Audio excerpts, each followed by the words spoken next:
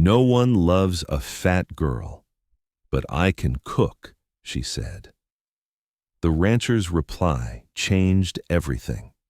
Midday heat turned the town's main street into a wavering line of dust and light as Clara Wade stood outside the boarding house kitchen door, fingers twisted in her apron, the smell of frying onions and fresh bread drifting around her like a comfort she wasn't allowed to touch.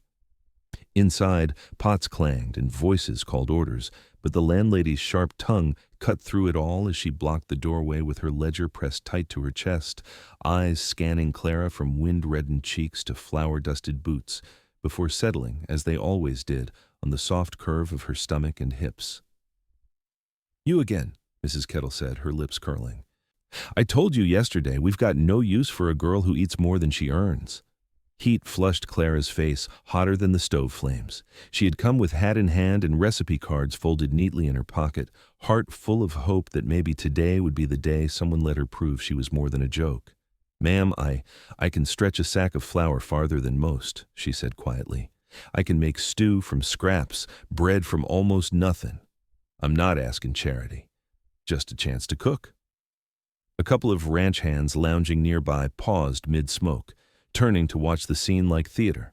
One nudged the other, smirking. "Hear that? Fat girl says she can cook. Bet she can." Laughter followed.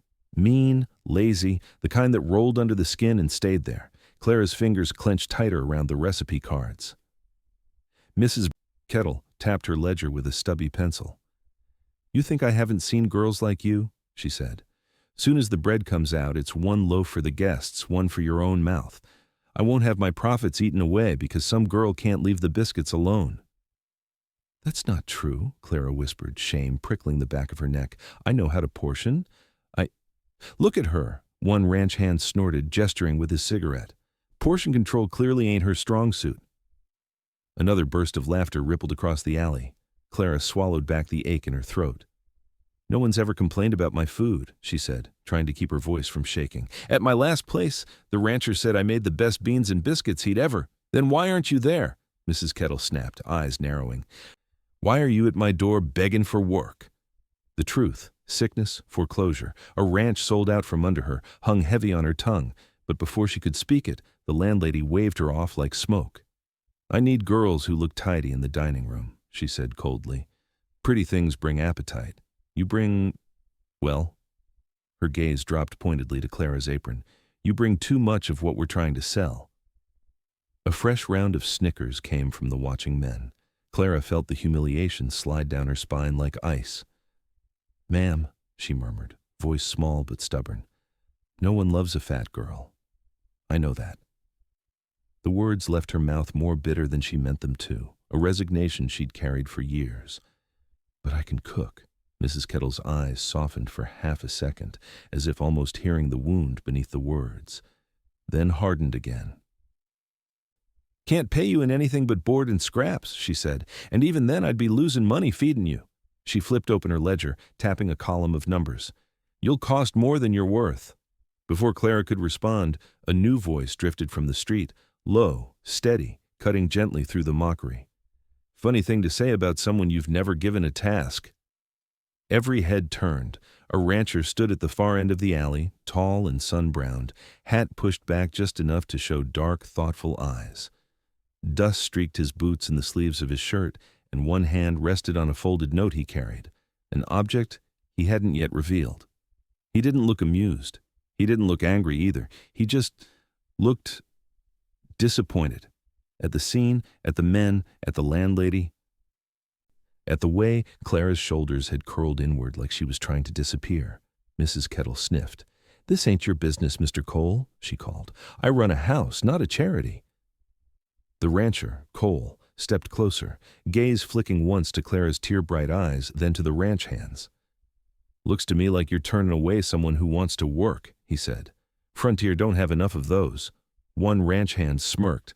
"You want her, take her," he jeered, "but she'll eat you out of house and home." Cole didn't rise to the bait. Instead, he studied Clara for a moment, a long, measured look that saw more than curves and shame. Then he unfolded the note in his hand, eyes scanning it quickly, and something in his expression shifted. "Maybe I will," he said quietly. if she'll hear my reply. Clara's breath caught. Standing there with her apron damp from the kitchen steam she was never allowed to stand behind, humiliation burning through her like fever. She just told the world what it already believed. No one loves a fat girl. But the rancher's gaze held something she hadn't seen in a long time. Not pity. Possibility. Clara didn't wait to hear whatever reply the rancher carried in that folded note. The humiliation was already burning through her skin, too raw to stand still beneath the weight of so many eyes. Before Cole could say another word, she turned and hurried down the narrow side alley, her boots slipping on the uneven ground as she tried to swallow the tears threatening to spill. The cook-fire scents, onions, bacon, bread, followed her like ghosts of a life she kept reaching for and never catching, and the laughter behind her rose again, chasing her into the open glare of the street. She pushed past a stack of crates, rounded a corner too fast, and her heel snagged on a loose board. The world tilted. She stumbled forward with a sharp gasp, arms flailing as the dusty ground rushed up to meet her until a strong hand caught her elbow, steadying her with a firm, unhurried grip. "Easy," Cole murmured, his voice closer than she expected. "Road's unforgiving when you're in a hurry." Clara froze, breath tangled in her throat, too shocked to look at him yet. She hadn't heard him follow, hadn't expected anyone to. But there he was, his hand warm through the thin fabric of her sleeve, holding her upright without pulling, without gripping, without claiming. Just steadying. She drew in a shaky breath, blinking hard. I didn't mean to run," she managed. "Just needed to get away before I said something I'd regret." "Nothing wrong with walking off," Cole said, releasing her gently once she found her balance. "Better than letting them fools decide how you talk." She risked a glance at him. Dust clung to his collar, hat slightly askew like he'd left work in a hurry. His expression held no mockery, no judgment, only concern threaded with a kind of patience she hadn't seen in years. Clara wiped her palms against her apron. "Sorry," she muttered. "Didn't mean to make a scene." "You didn't," he said simply. "They did." A wagon rattled past, wheels kicking dust into the air, and Clara stepped aside instinctively. Cole stepped with her, not crowding, just keeping pace like a natural instinct. "Why'd you come after me?" she asked quietly. "Because your words weren't meant to be thrown into an alley," Cole replied. "They deserved an answer." She swallowed. "Everyone heard what I said." Her voice shrank. "It wasn't my proudest moment." Cole shook his head once. "No, it was honest. And honest ain't shameful." The simple certainty in his tone almost undid her again. She looked away quickly. "No one loves a fat girl," she whispered, repeating it as if that truth had been carved into her by every door that shut in her face. "I know that much." Cole's jaw tightened slightly, not in anger at her, but at the world that taught her those words. "You know what I think?" he said, nudging his hat back with a thumb. "I think folks who judge a person's worth from the outside can't see far enough to deserve what's on the inside." Clara blinked at him, the words slipping past her defenses before she could stop them. "That's kind," she said quietly. "Kind sounds like a small word," Cole answered, "but sometimes it's the only one folks hear right." She exhaled shakily. "You said you had a reply," she said, "back there, in that note." Cole reached into his coat and drew it out again, unfolding it carefully. "This came from Mrs. Kettle's supplier," he explained. "She's short-staffed for the next month. Needed an extra cook to help feed the ranch hands coming into town for the spring cattle drive. Pays well, too. She didn't even bother reading it before turning you away." Clara stared at the note, recognizing instantly what it meant. Steady work, hot meals, a roof, hope. Then her face fell. "She'll never hire me," she whispered. "Not after what she said." "She won't have the choice," Cole said, eyes steady. "I'm the one who requested the help, and I said I'd bring someone who knows food better than the men know manure." Clara's breath caught. "You want me?" Cole nodded once. "If you'll share your hands for a few weeks. If you want the work." She stepped back a tiny fraction, overwhelmed. For so long, people wanted labor from her or silence from her, but no one had wanted her. I don't know if I'm what you expect," she said, voice trembling. "I don't look like the girls they hire. I know exactly what you look like," Cole interrupted softly. a woman who stood in too many doorways closed by fools. Something inside her trembled, not fear, not shame, but the quiet ache of being seen. Truly seen. Cole extended the note toward her, not demanding, not insisting, offering. "Let me walk you to my wagon," he said gently. "Storm's coming this way, and I'd like you under cover before it hits." Clara looked from the note to his hand to the open street ahead, dust swirling in small eddies around their boots. For the first time all day, someone wasn't pushing her away. He was offering a path forward, a place to stand, a chance to breathe. She nodded slowly, and Cole, with a small, relieved breath, fell into step beside her, steady as a man who'd already decided kindness was worth whatever trouble it brought. Cole led her toward the edge of town where his wagon sat half loaded with sacks of grain and supplies, the wheels caked with dried mud from whatever trail he'd ridden in on earlier that morning. Clara tried to keep her steps even, though every instinct in her begged her to shrink, to apologize for taking up space beside him, to retreat before something ruined this fragile kindness. She kept expecting him to look over and reconsider, to realize he'd made a mistake chasing after a girl like her. But Cole walked with an easy steadiness, long strides matched to hers as if he had all the time in the world. When they reached the wagon, he lifted one of the sacks aside, revealing a folded blanket and a small wooden crate. "You can sit up front," he said gently. "Seats wide enough for two and the wind cuts sharp on the trail." Clara hesitated, glancing around as if someone might leap out to shame her for climbing into a rancher's wagon. "I don't want to weigh it down," she murmured. Cole turned, brow knitting the faintest bit, not in mockery but in something close to concern. "This wagon hauls near a ton when I'm moving cattle," he said. "You won't trouble it none." She swallowed, nodding slowly, and placed her hand on the wooden frame. Before she could hoist herself up, Cole placed one broad hand near hers, not touching, just offering balance. "Take your time," he said. Clara climbed onto the seat, breath puffing in soft, nervous clouds as she settled onto the worn leather cushion. The air smelled faintly of pine tar and dust, the typical scent of a man who lived more outdoors than in. Cole climbed up beside her, flicked the reins lightly, and the horses started forward at an easy walk.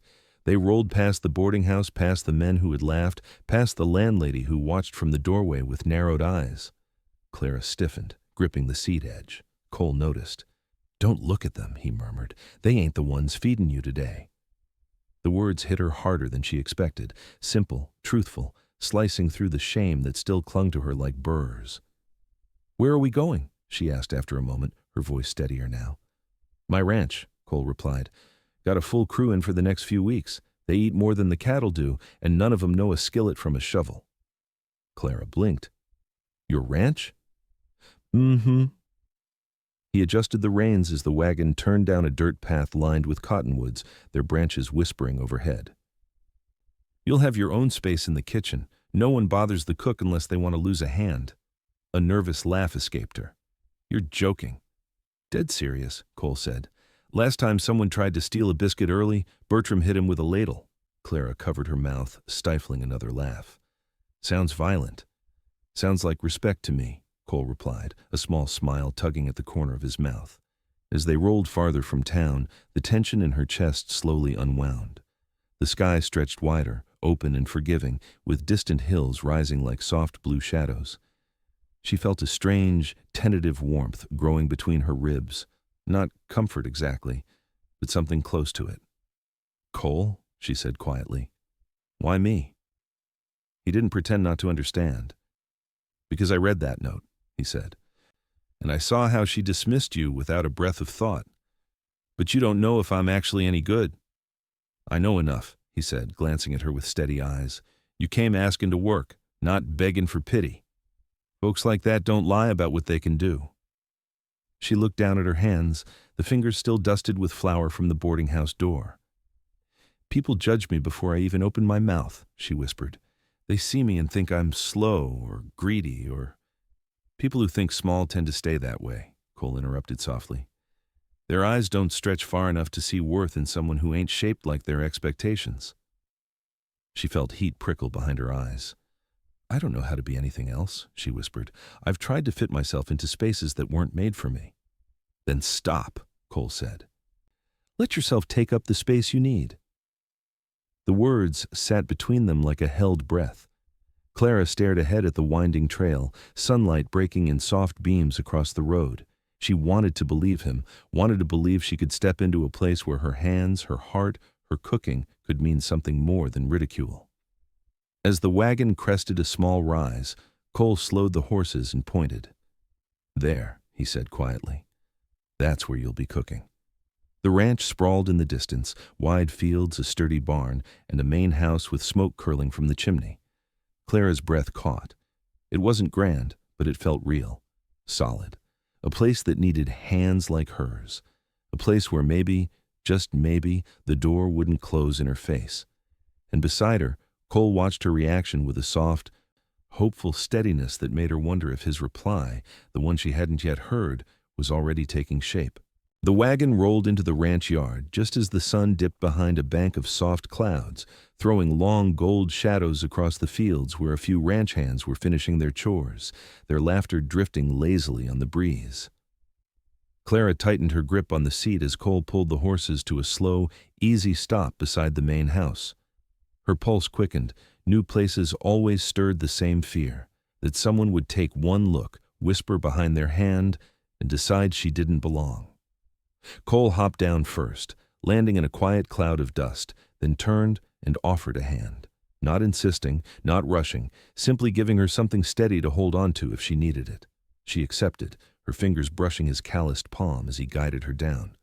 The ranch hands glanced up, some wiping sweat from their brows, curious, but not sneering. One lifted 2 fingers in a casual greeting, another nodded. No narrowed eyes, no whispers, no smirks. For Clara, that alone felt like a miracle. Cole loaded her small bundle of belongings into his arm and motioned for her to follow him toward the kitchen door, a wide old frame with peeling paint and a sturdy wooden latch.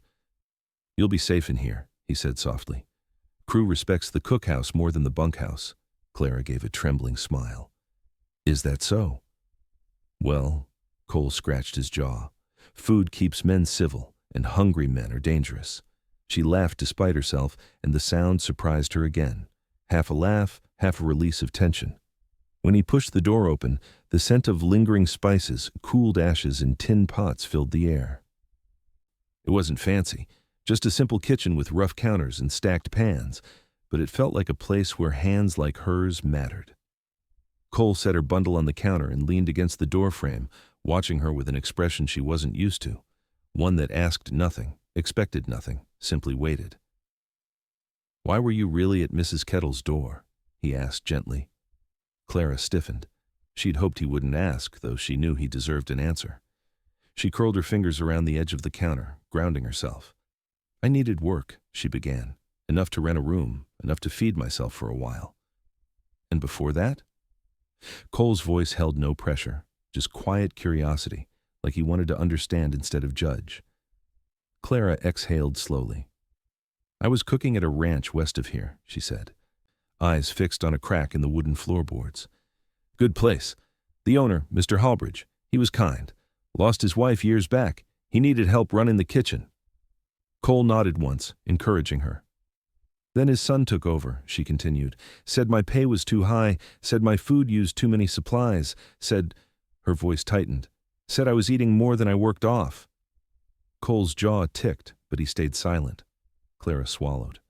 He cut my meals in half, took my room, told me I should be grateful he let me stay at all. She blinked fast, pushing tears back. I lasted 2 more weeks. Then one day he stood in the doorway while I was kneading dough and told me maybe if I lost a few pounds, someone might want to keep me. A hard breath escaped Cole, angry, controlled, protective. You left, he said, more statement than question. I left, she whispered, put my frying pan in my bag and walked until my feet blistered. She paused, voice trembling now. When a body's as big as mine, people think you deserve every insult thrown at you. They think you chose to be someone they can laugh at. They think your hunger is a character flaw. Cole stepped further inside, slow, careful, as if approaching a wounded animal he didn't want to spook. What do you think? The question startled her. I think, she wiped her eyes. I think I learned to cook because it was the one place no one could tell me I wasn't worth something. When I stir a pot, when I bake bread, when I feed people, that's when I feel like I matter. Cole's voice was quiet, roughened by something deeper. You matter whether you're cooking or not, Clara. She met his gaze, breath stalling. No one, no man, no friend, no employer had ever said that to her. People don't say things like that, she murmured. People don't look at me and see anything but... People ain't me, Cole said, and I ain't them. The weight of the words settled warm and slow inside her, like the first sip of hot broth on a cold night. Cole stepped back toward the doorway, giving her space, giving her time to breathe.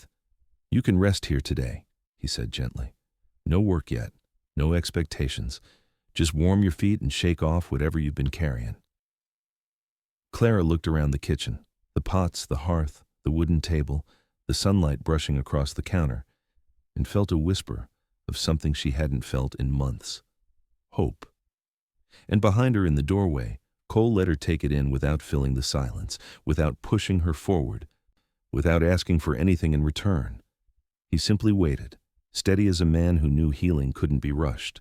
Clara had only begun to warm her hands at the stove when the ranch yard erupted with the sharp clatter of hooves and angry voices, the kind of sound that made every muscle in her back tighten instinctively. Cole's shadow shifted in the doorway, broad, alert, instantly protective, just as two riders charged into the clearing, pulling up hard enough that dust sprayed from under their horses' hooves. The kitchen walls vibrated with the sudden energy. Clara flinched, shrinking back from the window. Cole's voice dropped into a low, steady warning. Stay behind me. She obeyed without question, stepping into the corner as he strode outside, boots crunching over packed dirt. From the threshold, she saw the riders dismount, Mrs. Kettle's foreman, a wiry man with a hawk-like nose and a temper that showed in every jerky motion he made. And beside him, a ranch hand she recognized from earlier, the same one who'd laughed loudest when she'd begged for work. The foreman marched forward, waving a folded piece of paper like a weapon. "Cole, you took something that ain't yours," he barked. Cole didn't move an inch. "If you're talking about Clara, she ain't a thing," he said, voice quiet but solid enough to shake the air. "And she ain't yours." The foreman sneered. "She was applying for work at our place. Mrs. Kettle says you lured her off with false promises. Now she's short a pair of hands." "Funny," Cole replied, "considering your boss slammed the door in her face." The ranch hand stepped forward, smirking. "Not before she told the whole alley that no one loves a fat girl." Clara winced, shame punching through her chest, but Cole's expression didn't shift. If anything, his eyes grew darker, more focused, like the comment had confirmed something he already suspected about the men standing before him. "You rode all the way here to repeat something that wasn't yours to say?" he asked. "Or you here because you realized someone else saw worth where you didn't?" The ranch hand flushed. "We're here because that girl owes the boarding house 2 days of work. She ate their stew, didn't she? Slept under their roof." Clara's breath hitched. "I didn't. She owes nothing," Cole cut in, stepping forward in a way that made both men shift their weight. "Even if she did, you don't chase a woman across the frontier for the price of a bowl of stew."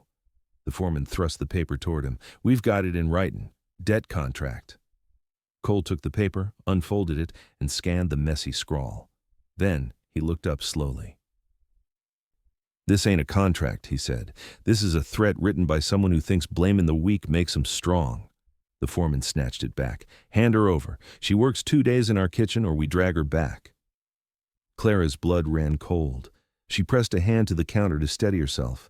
The ranch hand grinned, clearly enjoying the way her fear thickened the air. But Cole didn't move. Not backward, not forward, just stood rooted like an oak weathered enough to know storms couldn't shake it if he didn't allow them to. "You think you're dragging her anywhere," he said. "You're welcome to try." Something in his tone, quiet, unshaken, utterly sure, made the ranch hand take a half-step back. "She ain't yours," the foreman snapped. "She ain't yours either," Cole said. "Difference is, I don't want to own her. I want her safe." He tipped his chin toward the men. "You can leave peaceful-like, or you can test how far I'll go to make sure today ain't another day she gets hurt by cowards." The ranch hand muttered a curse.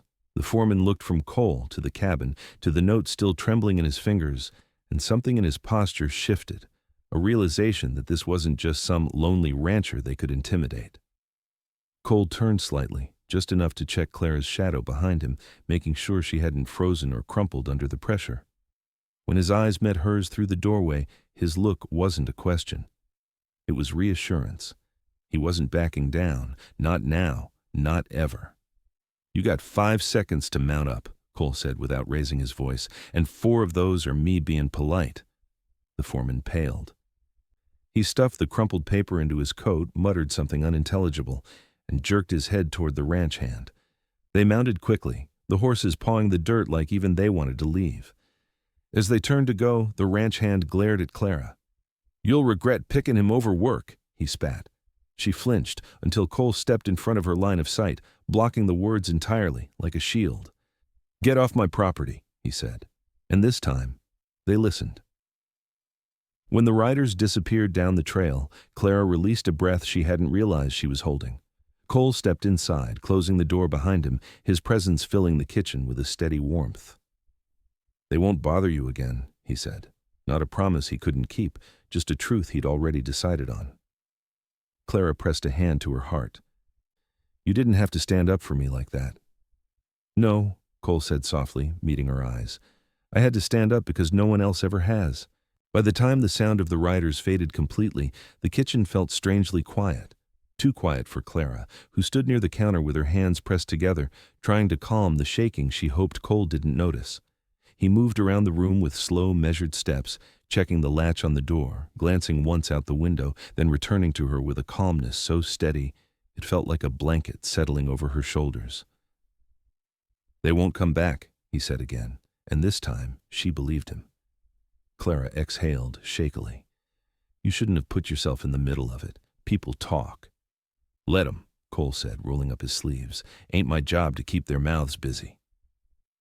She gave a small, nervous laugh, but the tremor in her hands wouldn't stop. Cole noticed. Of course he did, and without a word he reached for a burlap sack near the stove. "You said you can cook," he said gently. "Why don't you show me? Might settle your nerves." Clara blinked, startled. "You want me to cook now?" "Only if you want to," he said, holding the sack out. "Figure working with your hands might help you find your feet again." Her throat tightened because he didn't demand, didn't pressure, didn't assume she owed him anything. He simply offered a place to put her trembling. And for Clara, cooking had always been the one language she trusted herself to speak. She stepped toward the stove, pulled a small skillet off its hook, and opened the sack. Potatoes, onions, a twist of salt, a packet of herbs. Simple ingredients, but her favorite kind. The kind she could stretch into something comforting. Cole leaned against the far counter, arms folded loosely, eyes steady but soft. Not watching her like a man waiting to judge, watching her like a man waiting to understand. Clara sliced the potatoes with practiced ease, her hands remembering motions her heart had nearly forgotten. Dice, turn, sprinkle salt, warm the skillet, let the oil whisper. The moment the onions hit the heat, filling the room with the warm, sweet scent of browning edges, something inside her shifted. Just a little, just enough that her shoulders loosened and her breath came easier. "Smells like someone knows what they're doing," Cole murmured. Clara ducked her head. "Just potatoes." "Just potatoes don't smell like that." She stirred gently, letting the edges crisp before adding the herbs. The food hissed and surrendered, releasing a savory perfume that wrapped the kitchen in warmth.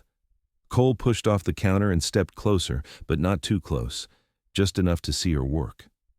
"You put care into it," he said quietly. "Most folks don't care about feeding others unless there's something in it for themselves." Clara paused, wooden spoon hovering. "Cooking's the only place I ever felt useful," she whispered. "When I feed people, I feel like I finally matter." Cole's voice dropped to something impossibly gentle. "You matter even when you ain't holding a skillet." Something sharp and warm stung her eyes, and she turned quickly, pretending to check the potatoes.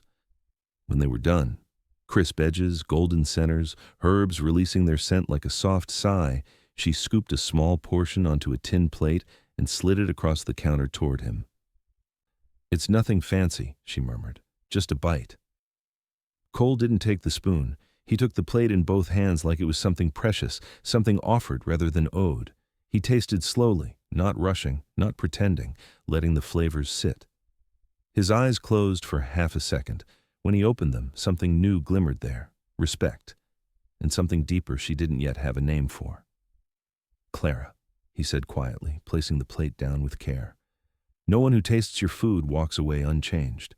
She blinked, breath caught. Is that your reply? Cole nodded once. That's part of it. What's the rest? Her voice trembled. Cole stepped a little closer, meeting her gaze evenly. You said no one loves a fat girl, he murmured, but that ain't the truth. The truth is people don't know how to love what they don't understand. His next words landed like a slow sunrise, warming cold earth. And I understand this. Your hands make more comfort than half the men in this territory. Your heart makes the rest.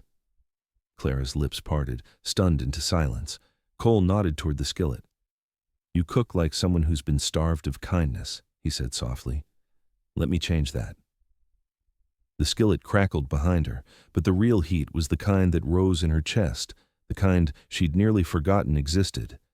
And for the first time in years, Clara realized something simple and terrifying and beautiful. Someone had tasted her food without tasting her shame, and everything changed.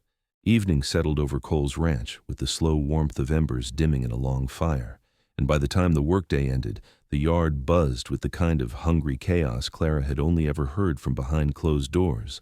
Boots thudding, men calling for wash basins, horses snorting as they were led into the corral. Cole stepped into the kitchen, brushing dust from his sleeves, his expression calm but laced with something like concern. Crew's coming in, he said. They don't know you're cooking tonight. Clara's stomach flipped. Are they rough? Cole gave a small half-smile. They're ranch hands, hungry ones. Rough's just their default. She swallowed hard, gripping the edge of the counter. What if they laugh or refuse the food? Then they'll go hungry, Cole said simply. Men don't stay foolish long when their stomachs are empty. Clara let out a shaky breath.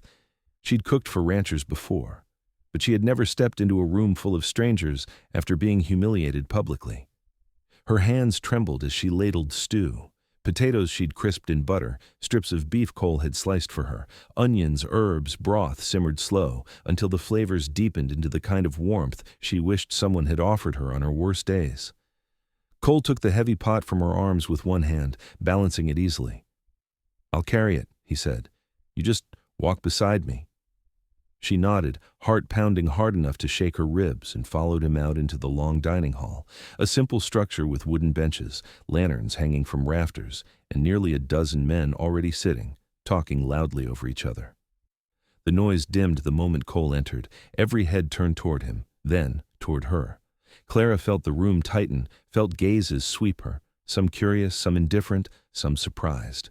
She braced herself for the smirks, the chuckles, the whispered comments she'd grown used to. But Cole set the pot on the counter and cleared his throat once. This here's Clara, he announced, voice steady enough to quiet the entire room. Cook for the next few weeks. A few men glanced at each other. One muttered, board and house turned her down. Another shrugged. Don't matter who cooks, long as it's hot. Clara's pulse hammered. Every instinct screamed at her to hide behind Cole, to disappear into the corner, to melt into the walls before the laughter came. Cole stepped slightly aside, not blocking her, not pushing her forward, simply giving her space to be seen on her own terms. She lifted the ladle. Her hand shook only once. Stew's ready, she said softly. No one mocked her voice. No one laughed. The first man approached, a tall hand with a scar across his jaw. He smelled the stew, blinked, then took a cautious bite. His eyes widened. Damn, he whispered. That's good. Clara's breath caught. Another man came forward, bowl out, then another. Soon the line wrapped toward the door, hungry men waiting, sniffing the air, muttering in appreciation. As they ate, the hall filled with the warm sound of spoons scraping bowls, satisfied groans, curses of delight. One man even banged his palm on the table. Cole, he hollered, where'd you find this angel? Clara flushed crimson. Cole didn't smile smugly. He simply looked at her with a quiet pride that hit harder than any applause. Told you, he murmured softly. "You matter whether you're cooking or not. But when you cook, men remember." Clara stood there, watching hardened ranch hands devour her stew like starved wolves, and felt a warmth spread through her that had nothing to do with the stove heat. Worth. Real, solid, earned worth, not in spite of who she was, but because of who she was. When the last bowls were filled, she retreated to the corner, hands pressed to her apron, overwhelmed by emotion she hadn't been ready for. Cole joined her, leaning one shoulder against the wall. "You did good," he said quietly. "They'll follow you now." "Follow me?" she echoed. "In the kitchen," he clarified. "They'll respect your food, respect you." "Men don't disrespect what keeps them alive." She let out a long, trembling breath. "I thought they'd laugh at me." Cole's eyes softened, warm and steady. "People laugh when they're blind. You just fed a room full of men till their bones sang. Hard to laugh when your mouth's full of gratitude." Clara's throat tightened again, this time not with fear, but with something dangerously close to joy. For the first time in years, she felt like a person, not a burden. A cook, not a nuisance. A woman worth standing beside. And when Cole shifted just a little closer, not touching, just near enough that she felt his presence like a shield, she realized something else. Kindness wasn't just soft. Sometimes kindness was courage, and today she'd found both. Lantern light flickered across the dining hall as the last bowls emptied and the men pushed their benches back, stretching with full stomachs and the easy satisfaction of hard workers fed well. Clara moved quietly through the room, gathering empty tin bowls and stacking them near the wash basin, trying to steady the trembling inside her. Not fear now, but the overwhelming weight of being seen, respected, fed back gratitude she'd never expected. Cole watched her from across the room, hands in his pockets, eyes soft, a steady anchor in the noisy hall. The men who earlier had muttered or stared now nodded at her in passing, some tapping their hats, others murmuring, "Thank you, miss," with full mouths and sheepish glances. But peace never lasted long on a frontier full of fragile egos, and just as Clara lifted the last pot toward the stove, the dining hall door slammed open. The sound cracked the room in half. Mrs. Kettle's foreman strode inside, dust-streaked and furious, flanked by two new riders, men with tight jaws and the brittle look of trouble carried like a badge. The hall went dead quiet. Clara froze mid-step. Cole pushed off the wall, every line of his body shifting from relaxed to ready in a single breath.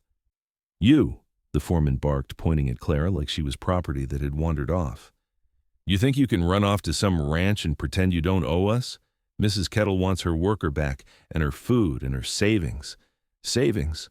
Cole cut in sharply, stepping forward. "She didn't leave with a coin that wasn't hers." The foreman lifted a crumpled paper. "This here says she breached terms of employment and owes the boarding house. Now hand her over before we settle it the hard way." A murmur ran through the ranch hands, irritation, disbelief, a hint of anger. Clara's breath stuttered. Her hands went cold. For months she had been chased, cornered, shamed into silence by men who waved papers and threats she couldn't fight. But Cole's voice sliced through that rising panic. "That paper's garbage," he said flatly, "and you know it," the foreman sneered. "You think these men care? You think they'll stand up for some fat kitchen girl?" A few ranch hands stiffened. One slammed his bowl down hard enough to rattle the table. "Watch your mouth," Bertram growled. Clara startled. She'd barely spoken to him, but he said it like she was someone worth defending. The foreman scoffed. "She's ours by contract." "She ain't yours by anything," Cole said, stepping forward until he stood between Clara and every man who meant her harm. "But she's feeding my crew now, and I don't let someone attack the woman keeping my men alive." The riders shifted uncertainly. They weren't expecting a room full of ranch hands who'd just eaten the best meal they'd tasted in months. And they really weren't expecting those men to rise one by one, chairs scraping, forming something like a silent wall behind Cole. The foreman's face reddened.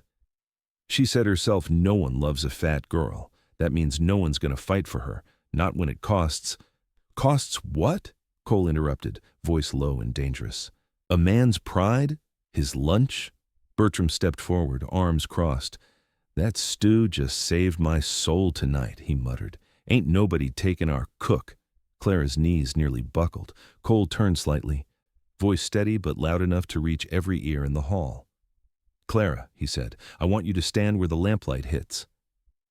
She blinked, confused, but stepped forward until the warm lantern glow washed over her face, her apron, her trembling hands. Cole looked around the room. Men, he said, tell me true. Did she earn her place here today? A chorus answered. She did. More than earned it. Best damn food we've had all season. She stays. The foreman looked shaken, eyes narrowing at the unexpected unity. You're making a fool of yourselves, he spat. Cole lifted his hand sharply, stopping the insult mid-air. Whatever you were about to say, he warned, you don't get to say it here. The foreman looked ready to explode, but the weight of the room pressed hard against him, thick with men who'd tasted Clara's work and weren't about to let someone insult the woman who'd filled their bowls and their bones. Clara's voice trembled. I don't owe you anything, she said softly, but the words carried through the hall like a spark striking dry tinder. Not work, not shame, not my fear.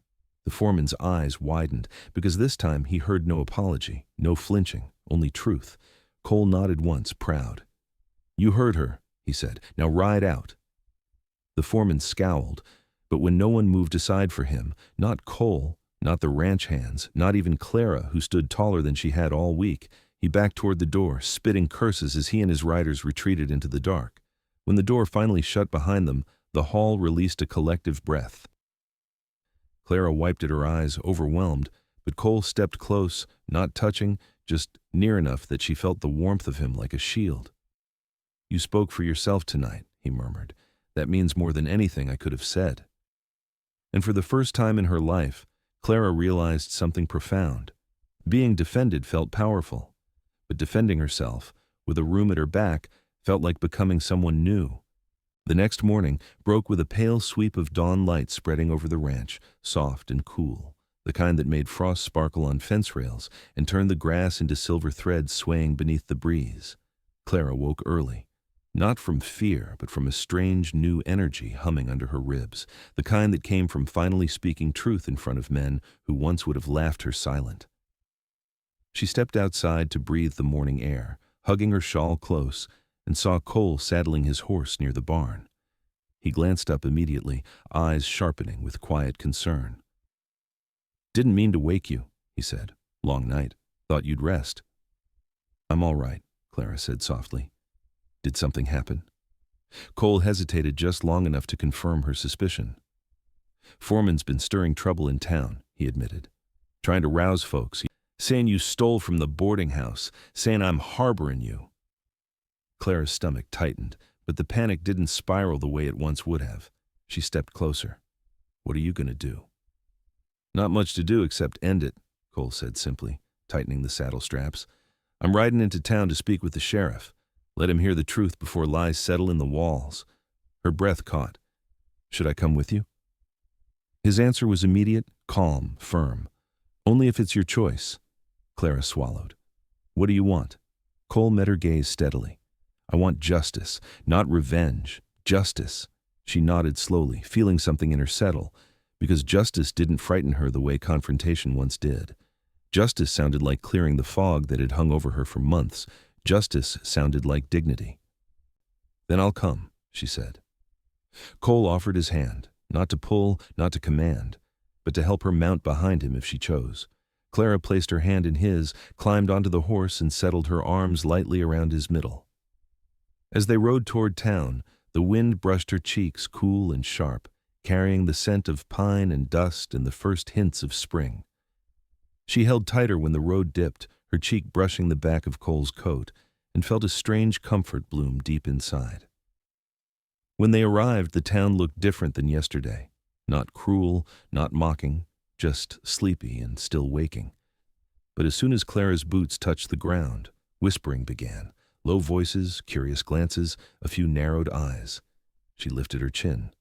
Cole walked beside her, close but not overshadowing her, guiding her into the sheriff's office where the quiet warmth of a wood stove greeted them. Sheriff Boone, a weathered man with a thick mustache and a steadiness that matched Cole's, looked up from his desk. Heard rumors, he said without preamble. Figured Cole would be the one to bring the truth. Cole nodded. Foreman's making claims about Clara. The sheriff leaned back, gaze shifting to her. Let's hear your side, ma'am.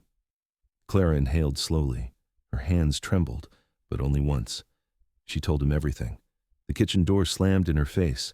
The insults, the humiliation, the so-called contract waved like a weapon, the threats, the danger. Cole's silence while she spoke wasn't passive support. It was respect, a man giving her the room to reclaim her own story. When she finished, the sheriff blew out a breath. "Sounds like that foreman's the one needing a talk," he said. "Not the girl he tried to bully." Clara exhaled, relief washing through her, but Cole's jaw tightened. "Sheriff," he said, "trouble like this don't end with talk unless words land hard enough." Sheriff Boone nodded. "Already ahead of you. Foreman's been warned. Another stunt like that and he loses his right to trade in this town." Clara blinked, stunned. "Just like that?" Boone shrugged. "Man who abuses his position ain't worth the boots he stands in." Cole relaxed slightly, but the sheriff wasn't done. "As for you, miss," he said gently, "this town ain't got the right to judge a woman who's just trying to work and live with peace." Clara lowered her gaze, emotion thick in her throat. "They've judged me for years." "Then let 'em choke on their own ignorance," Boone replied. "You found a good place with this one." He nodded toward Cole. "Let folks talk. Truth walks slower, but it gets where it needs to go." Cole placed a reassuring hand at the small of her back. "We done here?" The sheriff nodded. "Safe as it gets?" Clara stepped outside, blinking into the morning sun, the weight on her shoulders fading like mist. Cole walked beside her, quiet but undeniably proud. "How do you feel?" he asked softly. Clara let out a breath she didn't realize she'd been holding. "Like the ground finally stopped moving beneath me." Cole smiled just enough to warm the cold edges of the day. "That's justice," he murmured. Not loud. Just right. And as they rode back to the ranch, Clara realized something profound. Justice wasn't the end of her story, only the clearing in the forest where a new path finally showed itself. The sun was high and warm by the time Clara and Cole rode back into the ranch yard, the horses' hooves carrying them through dust that sparkled like ground-up gold. A soft breeze drifted across the pasture, carrying the scent of hay, warm earth, and something freshly alive, something Clara couldn't name yet, but felt in her ribs like the start of a quieter heartbeat. As she slid off the horse with Cole's steadying hand lingering just long enough to be sure she didn't stumble, she took a moment to look around. The ranch hands were repairing a fence line, Bertram hauling wood like an ox, others leading horses to water. A few waved at her. One called, "Mornin', cook," with a grin. Clara flushed, tucking a stray curl behind her ear. Acceptance, simple, unforced, felt like a new kind of warmth. Cole led her toward the kitchen, walking slow, giving her space to look, to breathe, to take ownership of a world she'd only stepped into yesterday. When they reached the door, he hesitated. Not blocking it, not stepping ahead, but standing beside it like a man ready to open a path if she chose it. "You did a brave thing today," he said softly. "You spoke for yourself, stood in front of men who tried to make you small and told the truth anyway." Clara wrapped her arms around herself, feeling the shiver of that truth. "I didn't do it alone," she murmured. Cole's gaze softened. "You'd be surprised how much strength you carried before I ever saw you." She looked down, fingers brushing the worn wood of the doorframe.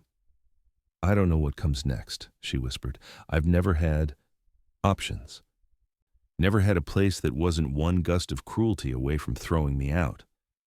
Cole reached up, not touching her but resting his knuckles against the doorframe above her shoulder, his posture open, protective without smothering.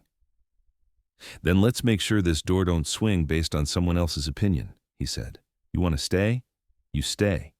Not because I need a cook, not because these men need meals, because you deserve a place that ain't threatened by the size of your body or the weight of someone else's ignorance." Clara's eyes stung hot. "What if I don't know how to stay?" Cole smiled, soft, almost shy. "Then I'll show you slow." He stepped aside, fully clearing the doorway, leaving the entry wide open. The gesture struck her harder than any words. The open door, the sunlight inside, the room that held her work, her meals, her memories from last night, a room she could fill without shrinking. "I don't want to be a burden," she whispered. "You ain't," Cole said, voice low and steady. "You're a blessing this place didn't know it needed." Clara's throat tightened so sharply she had to press a hand to her chest. Why would you say something like that? Because it's true, he murmured, and because yesterday when you said no one loves a fat girl, something in me hurt, not for you, with you. Because you believed it. She closed her eyes, breath trembling. I've believed it my whole life. Cole's voice dipped into something tender and warm as the sun spilling across the counter inside. Then let me be the first to tell you straight. There's a whole lot in this world worth loving that ain't small. Sunsets, mountains, open sky, and kindness. Kindness ain't small either. Clara opened her eyes, tears slipping free before she could stop them. What if someone loved me wrong? She whispered. Cole stepped closer, slow and careful, close enough that she felt his presence like a warm wind, but not so close she felt crowded. Then that ain't love, he said, and it sure as hell ain't your fault. She swallowed. And what if someone tried to love me right? Cole held her gaze, steady as bedrock. Then I'd hope you'd let him. The silence that followed wasn't empty. It was full, rich, carrying 100 things neither of them were ready to say aloud. Clara wiped her eyes, took a trembling breath, and stepped over the threshold into the kitchen. Her kitchen now. The fire crackled, pots hung in their places, sunlight warmed the counter, and the space felt like it had been waiting for her. Cole didn't follow immediately. He stood where she left him, letting her take ownership first.